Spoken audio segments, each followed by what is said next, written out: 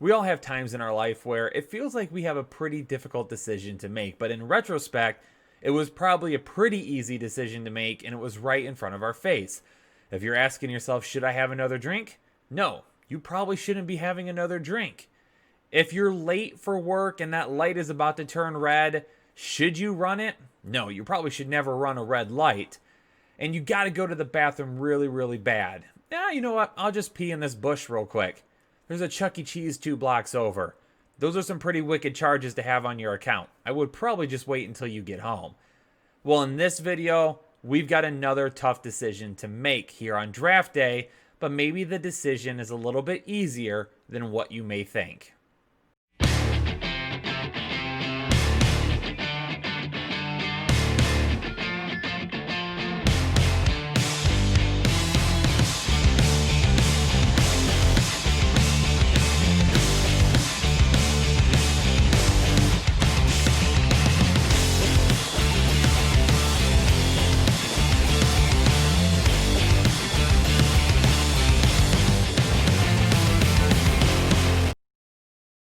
What's up, Headliner Nation? Kyle back here with the Fantasy Headliners talking about some tough draft day decisions. And in this video, I'm going to break down a couple of wide receivers that you all have been asking about quite a bit and whether you should be taking them or not. Do me a favor though, before we go on, hit that like button and subscribe to the channel because we do a ton of content, a bunch of deep diving videos. And this video is only going to scratch the surface on a few things, and you'll find out why here in a few moments. But if you like deep diving statistics, this is the channel for you to be at. So if you're new to the channel, hit that subscribe button, stick around, and become a part of Headliner Nation. Now, the two wide receivers that I'm taking a look at in this video are really close in ADP right now. And that's Keenan Allen from the Los Angeles Chargers and Courtland Sutton from the Denver Broncos. Now, most of you are probably thinking to yourself right now, the clear answer is Courtland Sutton. And I just want to make one thing clear. This is not a pro Keenan Allen video, and this is not a video to dog on Courtland Sutton in any way, shape, or form. These two and their ADP right now are extremely close, and they both have reasons why and why not you should be drafting them. But right now, Keenan Allen, he's coming in with an overall ADP of 52. He's the wide receiver 20, and Courtland Sutton is right in front of him with an ADP of 47, making him the wide receiver 18. Well, their numbers last year were pretty darn close. There was one area in which Keenan Allen really stuck out, and that was his volume in the passing game. It was his receptions last year that really bolstered him up to being a wide receiver 1. He caught 104 balls on 149 targets, 1,199 receiving yards, 6 touchdowns, making him the wide receiver 8 last year in half PPR formats. Courtland Sutton, however, didn't have nearly as many receptions, but was still pretty darn close in yards and tied Allen in touchdowns. And that was because Courtland Sutton was a guy that was really all over the field. Short plays, slant routes, out routes, deep down the field, it didn't matter. Courtland Sutton was able to make all of those plays. A little bit less than the targets with only 124 and substantially less receptions with 72. But he ended up still coming in as a pretty solid wide receiver too. Had he seen more volume in the passing game? Yeah, 100%. Courtland Sutton would have been a lot closer to Keenan Allen last year. Now, these are the type of things that fantasy owners tend to, they spend a little too much time digging into. It's always great to dig into players and find those deep diving statistics and do as much research as possible. But sometimes you just got to take a step back and say, maybe the answer is clear as day right in front of my face.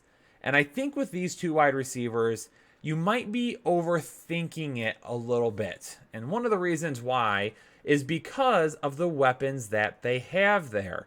Now, a lot of people are talking about something else, and we'll go over that here in a second.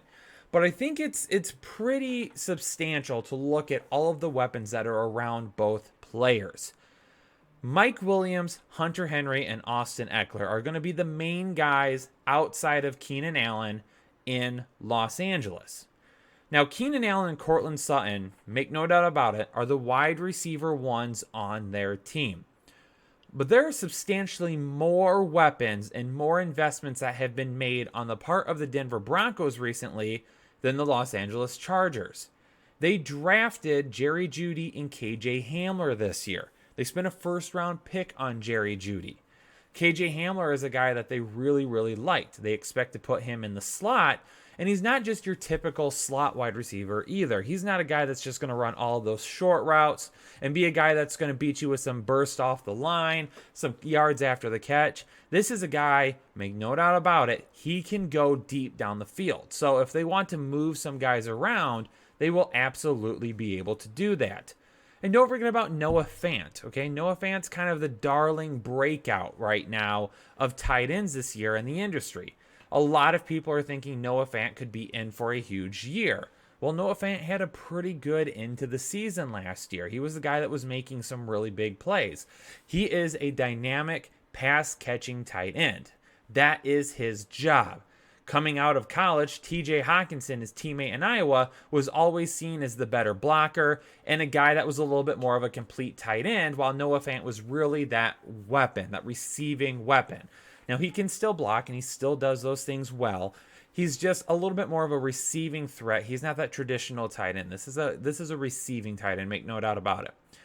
You also have to remember, though, that the Broncos invested in Melvin Gordon this offseason. Now, I am not a huge fan of Melvin Gordon. I'll be the first one to admit that I do not think that he has the impact that a lot of you think that he will. Yes, they're going to run the ball quite often, and they might have to. And again, we'll get to that in just a minute. But they already had two pretty good running backs on their roster. Philip Lindsay is a guy that in his rookie year came out of nowhere to be a running back one in half PPR formats, and he didn't do that bad of a year. Didn't do that bad during the year last year either. He was a 1,000-yard rusher. Philip Lindsay is a guy that has been able to make some strides on the ground and in the passing game, and then on top of it, you had Royce Freeman. So you have a couple of guys, Royce Freeman being another one that they spent a pretty decent draft pick on a couple of years ago. You had guys there already. Now, one of the main reasons that they brought Melvin Gordon in was because of his pass blocking ability. But they spent quite a bit of money just to bring in a guy that can pass block. They brought Melvin Gordon in because they're going to be using him. Will they use him as much as possible? Will they be using him in the same way that he used to be used in Los Angeles on the ground and in the passing game? Is he a guy that will only see a majority of the work on the ground and Philip Lindsay will be used more in the passing game? That is still unclear. But we see here, okay, the names that you see on the screen right now, it is clear that there are many more weapons around Courtland Sutton than what there is Keenan Allen. And again, I like both of these wide receivers. I like them both. But right now, both of them are going a little bit later in drafts than what a lot of you probably expected at the end of last year. Now, this is probably one of the main reasons that is happening, and it's the quarterback position. We've got our boy Ty God Taylor from Los Angeles. As of right now, he's going to be the starting quarterback. There has been nothing to really insinuate that Justin Herbert, come week one, is going to be the starting quarterback, and I think that's probably safe. You know, there's no rookie camp. Training camp's going to be very weird. They're not going to have any preseason games. He's not going to be a guy that's going to have all of that time to really get into the offense the way you would like a rookie to do. So Ty God Taylor is going to be starting at quarterback to begin the season. And Drew Lock is a big breakout candidate for a lot of players this year. For a lot of fantasy owners, they are trying to get their hands on Drew Lock late in drafts. I love Drew Lock. We really do. Jake even likes Drew Lock. Okay, we're both on the same page when it comes to Lock. I think everybody here at the Fantasy Headliners really likes Lock. We all believe that even though he's not going to be one of those top-end quarterbacks in the NFL, he is a guy that will do just enough, and he's got more than enough weapons around him now. And don't forget as well, the Broncos also just lost one of their starting offensive linemen who has opted out for the season.